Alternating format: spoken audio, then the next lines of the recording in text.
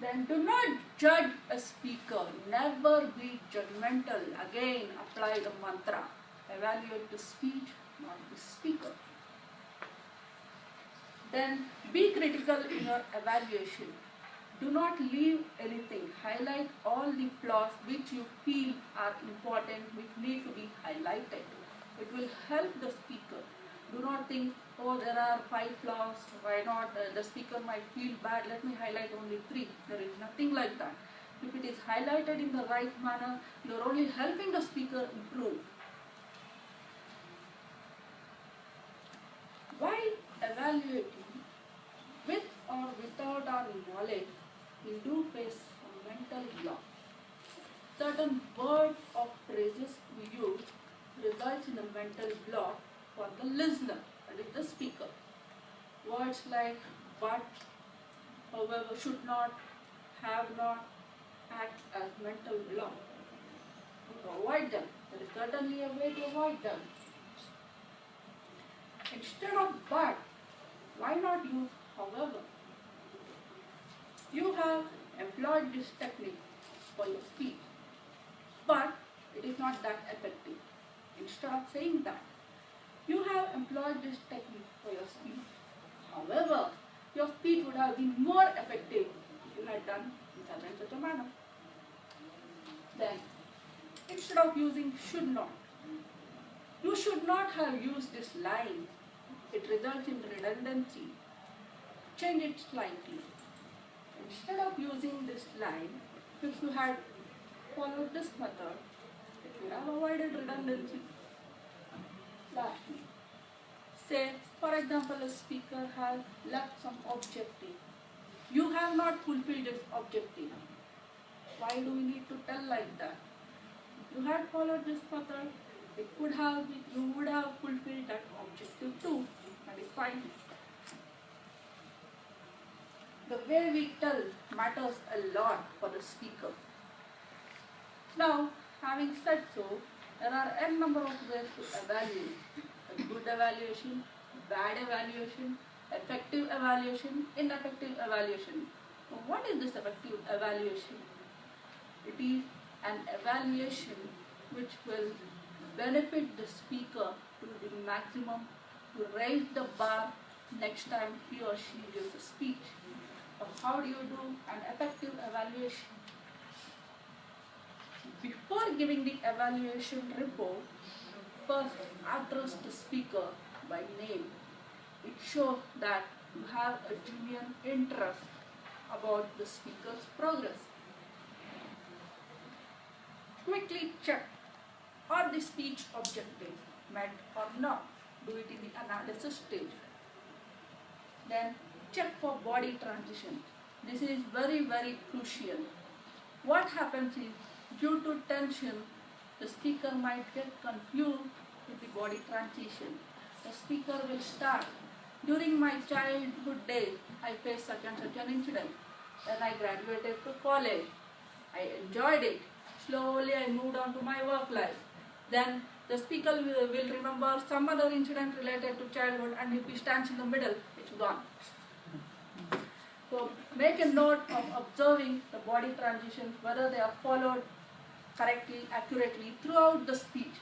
There is possibility that the speaker might forget what position is for what role. Then observe if the speaker has put an effort with good vocabulary. Has he or she expanded the vocabulary and made use of the rhetorical devices like similes, metaphor, triad, alliteration. Check if appropriate body language has been used. There are instances, for example, consider a normal conversation between two friends. The body language has to be natural, just like the way we talk to a friend. Consider another scenario, a conversation between two liars exaggerating their experiences. I saw this, I saw that. Exaggerate your body language to convey the message. So the body language should be natural and convey what you are exactly trying to tell the audience. Then voice modulation. Voice is a very important medium which helps you connect to the audience. It's like an invisible connect. Most importantly, check if the content, body language and voice are in sync. Only when these three are in sync, your speech will be most effective. Lastly, there are certain instances the speaker starts with some title, about some title, and as he or she moves forward, there is a tendency to divert from the topic. So check for that. Is there any diversion or has the speaker focused on the title? So if all these are followed, it will result in an effective evaluation.